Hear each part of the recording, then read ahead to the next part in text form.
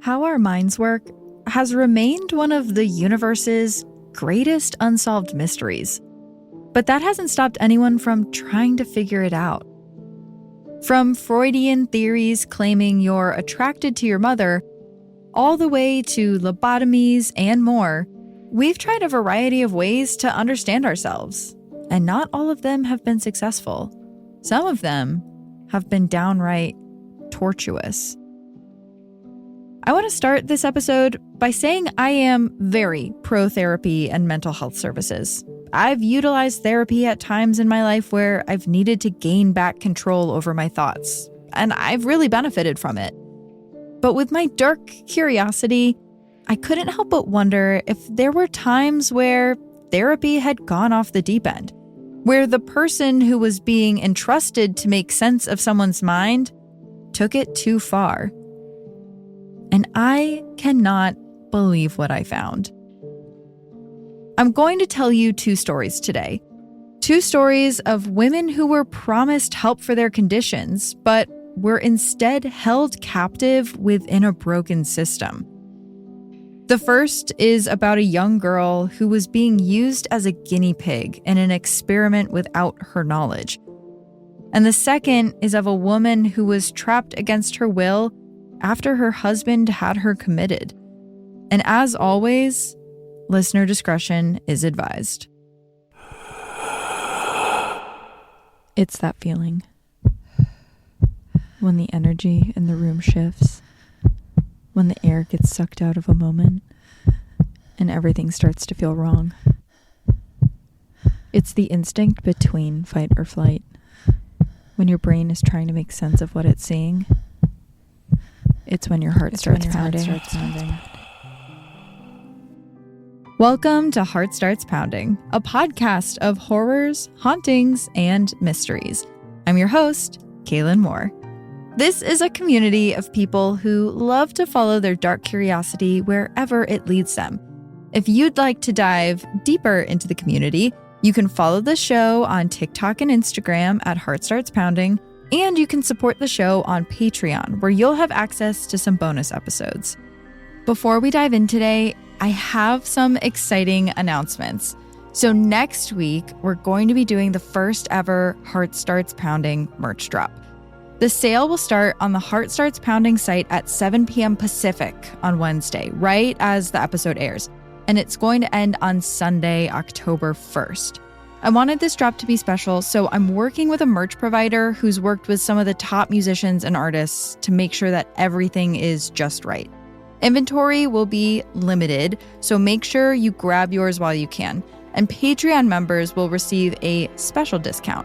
So if you're looking to pick something up, the membership basically pays for itself. Also, you may have noticed a little ghost floating around in some of our designs recently. That is our new community mascot, and I need help picking their name. So for the next couple days, patrons will be able to submit a name suggestion through Patreon, and then this Friday, September 22nd, we're all going to vote on my favorite 5 names together. Finalists in the naming competition will get a free t-shirt from the merch drop, and the winner will get the t-shirt and the hoodie. So keep an eye out for the poll on Patreon, Instagram, the website, and on Spotify starting Friday. Okay, today is a wild one, so let's dive right in. When Gail Kastner was in her late 40s, she started dating a man named Jacob. If you asked Gail about him, she would describe Jacob as her soulmate. They started dating in the early 80s, and from the onset, they just got each other, which was a rare find for Gail. She felt like she had a lot of idiosyncrasies that made it hard for people to date her. Like, for instance, she was incredibly absent-minded. Beyond just forgetting where she put her keys, if you asked her the date something in her life happened, she would sometimes be off as much as 20 years. It almost felt like certain wires in her brain were just not connected. Then there was how little things would send her into a panic. the shock of her garage door opener when she pressed it, the sound her hairdryer made. And when she panicked, it was intense. Gail would sometimes fall to the floor in the fetal position and suck her thumb. She would talk like a baby until she snapped out of the trance. Occasionally during these episodes, she would soil herself. All because of the sound of a hairdryer, the click of her garage door opener. Most people couldn't handle these episodes, but Jacob seemed to have unending patience for Gail. He had a soft spot because he himself struggled with intense mental health issues that he was in the process of getting help for. See, Jacob had survived the Holocaust, and the trauma he carried from it also made his mind act in ways that were hard for others to understand. He too mixed up dates and would panic over mundane things, and he seemed uniquely suited to have empathy for Gail's situation. Jacob also knew that his mental health issues could be traced back to a traumatic event. Gail's, however, seemed to have just sprung out of nowhere. When he asked her what she thought the root cause of her panic was, she claimed that she had always struggled with her mental health. In her early 20s, she would go into such intense depressive episodes that she would end up hospitalized, sometimes even comatose. But everything before her early 20s, she kind of didn't remember. People would sometimes approach her on the street, claiming that they knew each other from childhood. After a few moments of confusion, Gail would laugh and nod. "Oh, I know who you are. I just can't quite place you." She would then confess to Jacob later that she made that part up to get out of the conversation. She really had no recollection of these people. This was the part that bothered Jacob. He also had intense gaps in his memory, and as he searched for answers, he learned about memory loss as it relates to trauma. He always felt there must have been a reason for Gail's mental health to be so bad. This couldn't have materialized out of nothing. And every time Gail would panic at the sound of her hairdryer, he wondered what it was that made her this way. One day, in 1992, Gail and Jacob were walking past a newspaper stand when a headline jumped out at him. "Brainwashing experiments, victims to be compensated." He bought the paper and the two went to a nearby coffee shop to read it. Immediately, words started jumping off the page at Gail. The story was about a psychiatric experiment gone wrong, and how victims of a Montreal doctor's crimes complained of side effects like memory loss, baby talk, and incontinence. The two looked at each other. What they were describing in the article was freakishly similar to the symptoms Gail had been experiencing. But the article only got more shocking the further they read. According to the article, patients of Dr. Ewan Cameron, a doctor in Montreal at McGill University's Allen Memorial Institute, were receiving monetary compensation for his violations of medical ethics. These violations included isolating patients, administering almost lethally high doses of electrical shocks, keeping patients medically asleep, and exposing them to experimental drug cocktails. Gail swore she never had any involvement with the Allen Memorial Institute, but she vaguely remembered hearing about experiments happening at McGill. Jacob empowered her to write to them and just see if they had a medical file on her. So she did. At first, she doesn't hear anything back. But then, she gets a reply. A letter shows up that says the Allen Memorial Institute has no record of Gail Kastner being admitted to the facilities. So maybe this wasn't going to be the answer she was looking for. Maybe her distress did materialize out of nowhere. Maybe it was just something wrong with her brain. Time marched on, still with no answers. Until one day, Gail goes back out to check her mail. Inside with the regular letters is a big folder that's been crammed to fit in. She brings it inside and shows Jacob, and he asks her to open it in front of him. Inside the envelope, there are 138 pages detailing her time at the Allen Memorial Institute. On the admitted byline, it reads, Dr. Ewan Cameron, the doctor at the center of this scandal. By reading through her medical file, Gail starts filling in some of the gaps in her life. It's revealed that in the 1950s, Gail was an 18-year-old nursing student at McGill and was plagued with anxiety. Her file describes her as cheerful, sociable, and excelling in her studies. But it also notes that she had a psychologically abusive father who was causing her undue stress. That's how she found herself in Dr. Cameron's therapy practice. Dr. Cameron was a Scottish-born American with a prolific background. He had been president of the Canadian Psychiatric Association, president of the World Psychiatric Association, and president of the American Psychiatric Association. Perhaps it was his distaste for the old psychiatric approach and embrace of the new that set him apart. He thought talk therapy was Freudian and outdated. This was the 1950s. There were newer, more exciting theories and practices in therapy, and Dr. Cameron wanted to be on the forefront of them. One theory that he was particularly fond of was that a person's personality could be wiped clean from them, and another personality could be inserted in its place. But how do you wipe the personality out of someone?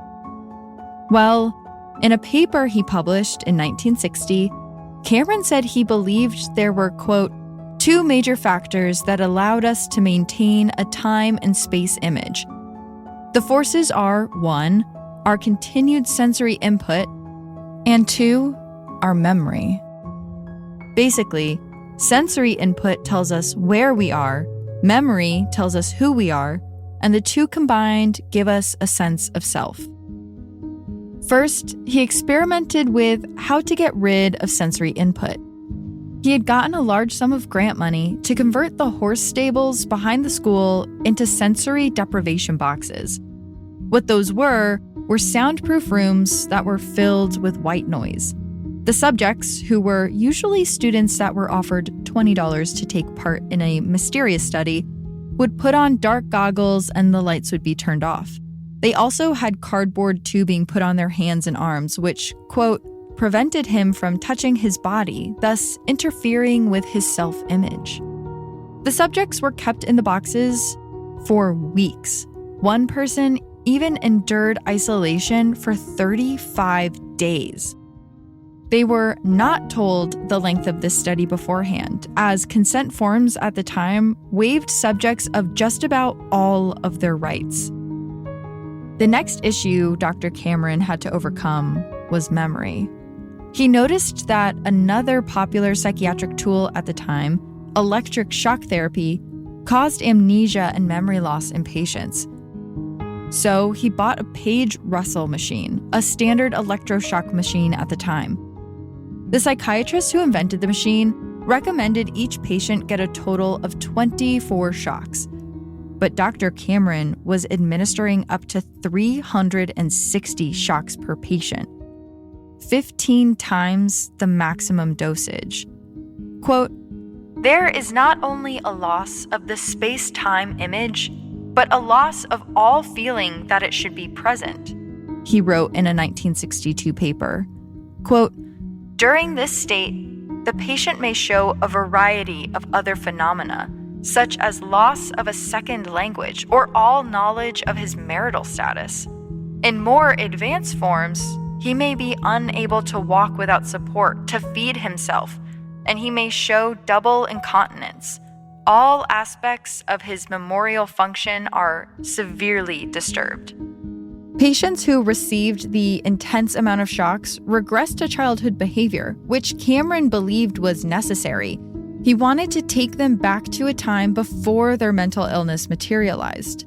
Even after all this, the deprivation and the shocks, he noticed that they still seemed like themselves in a way. Their personalities hadn't been fully eradicated, so he tried to depersonalize them with drugs. A cocktail of uppers, downers, and hallucinogens was given to the patients. Sometimes they were induced into a sleep that lasted weeks. And while they were in this vegetative state, Dr. Cameron would play tapes that read reprogramming messages to them on a continuous loop. One said, quote, "You are a good mother and wife, and people enjoy your company." One patient had to endure these messages for 101 days. The patients were being tortured, but because they were administered such high amounts of drugs and were induced into comas, they couldn't escape. Many of them didn't know the full extent of what had been done to them until they read their files. This was what Gail had been subjected to. This was what happened when she started Dr. Cameron's treatment plan. Her chart read that she had been subject to multiple induced comas, long periods of drug-induced sleep, 8 times as many electroshocks as was recommended, and drug cocktails for when the rest didn't wipe her personality completely out. It was horrifying to read, but things started making sense to Gail. She had experienced all the symptoms described in the report. And while she still had no memory of being under Dr. Cameron's care, it's clear that the effects of what happened still lingered in her subconscious. Maybe the constant shocks were the reason that the garage door opener sent her into a panic when it accidentally shocked her. It validated her experience, and in its own way, it made her feel better. It made her life make a little more sense. But nothing could prepare her for what she read next. See, Dr. Cameron was publishing a lot of papers about his studies, and those papers were being read all over the world. Eventually, they caught the eye of some very important people. Remember when I said Cameron got a grant to remodel the barns into isolation boxes? That money came from somewhere. Somewhere that was interested in mind control in the 50s and was willing to pay a lot of money to fund experiments. The CIA. Yeah, Dr. Cameron's dark experiments were funded by the United States CIA, specifically as part of MKUltra. MKUltra was the US government's attempt to find psychologically advanced ways to break prisoners and force confessions through brainwashing and psychological torture. Gail and many other patients were collateral damage in this dark scheme. It may seem obvious now, but this didn't work. Instead of washing a person clean of their personality and inserting a new one, Cameron just fractured the personality the person did have. It completely backfired. He left his subjects with messy, untenable psyches and no resources to try and put themselves back together.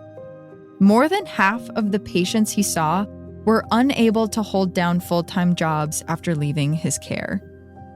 Gail and Jacob worked together to file a claim against the university, and she was quietly awarded $100,000 in 2004 for the undue suffering she experienced at the hands of Dr. Cameron.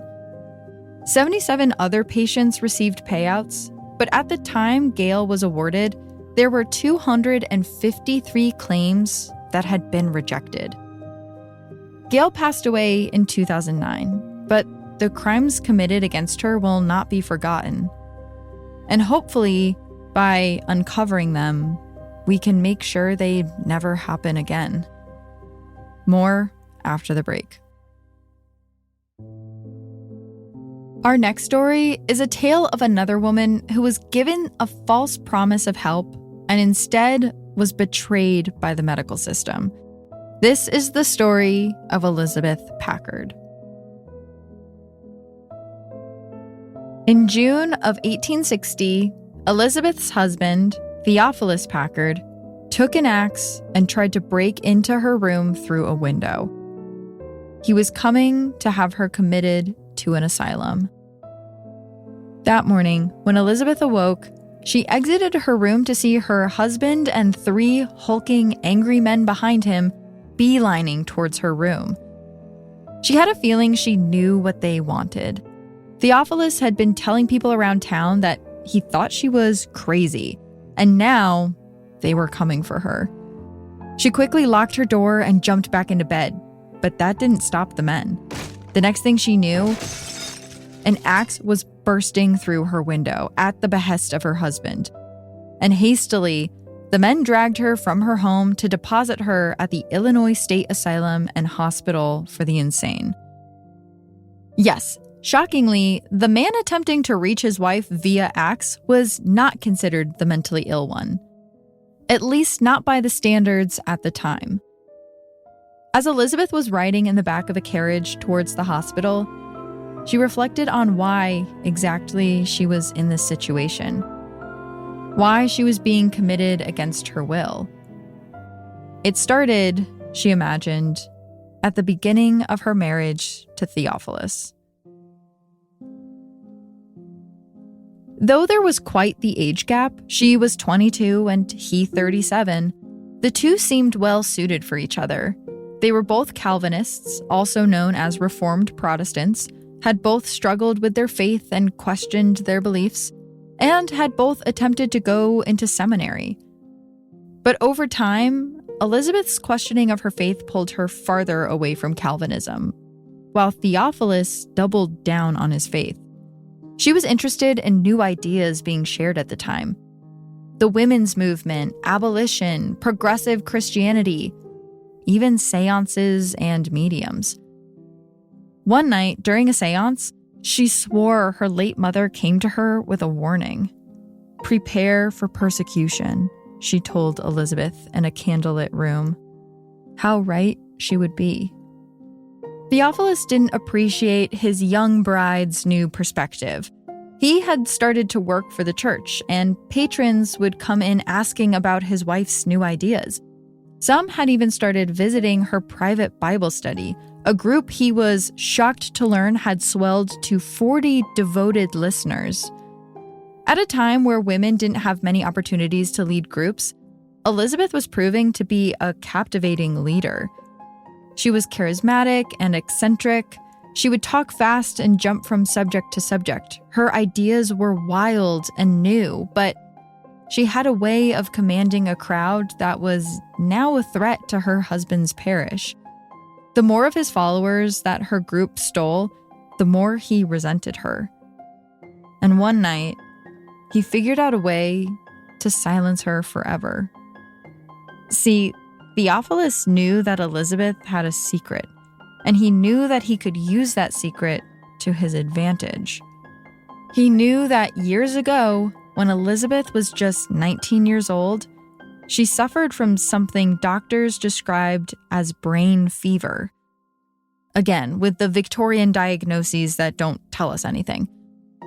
Brain fever referred to a myriad of different head ailments and could have been one of a few things. She could have suffered from a bout of meningitis. She could have just had migraines. Sometimes it was used to describe overexcited women.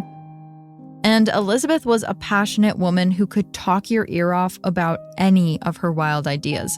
She would have definitely been described as overexcited. Her father suggested that she spend some time in an asylum to rest, an idea which was horribly embarrassing to Elizabeth. She didn't want the stigma that came with retreating to an asylum for some time. Plus, she didn't feel like she was mentally unwell. In the end, she was brought to Worcester Hospital for the Insane in 1836. On her intake form, her father wrote that the cause of her brain fever was corsets that were too tight and stress from teaching. And just like that, she was locked away for months. Theophilus knew that she had already been committed once, and that would make it easier for her to be committed again. In 1860, when he's having this thought, there was a law in place in Illinois that said any husband could have his wife committed without her consent. And he planned on using that law to his advantage. How could a law this cruel exist? Honestly, you might not even be wondering that. It was the 1860s and there were so many irrational laws. But let me give you some context anyways. Before this law was put into place in 1851, a jury had to decide if someone was unwell enough to be committed to an asylum. A man could suggest his wife be committed, but it wouldn't happen unless a jury of other men ruled her to be unfit for society. It was decided that these trials were embarrassing for women. And to spare the gentler sex of the public humiliation, a new law was passed that allowed just husbands to decide for their wives. And as you can imagine, this led to a huge swell of bad men having their perfectly sane wives sent away. What they had essentially created was a prison system run on recommendations disguised as a mental health retreat.